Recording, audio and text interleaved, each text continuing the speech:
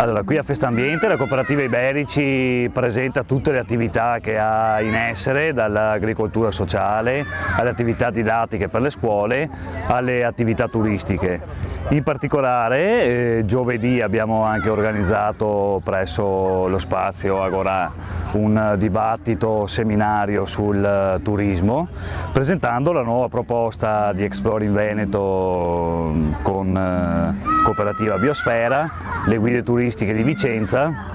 e qui stiamo. È una bella proposta per i prossimi 6 mesi, quindi da giugno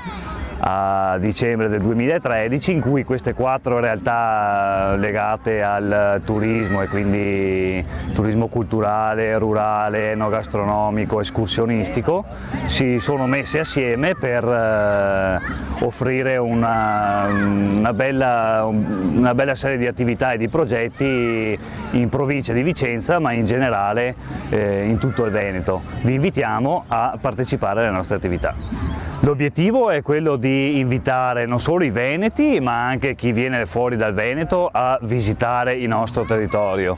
con un'ottica particolare che è quella di apprezzare i luoghi che si vanno a vedere in maniera delicata, senza sconvolgerli, quindi con un'etichetta che è quella del turismo sostenibile.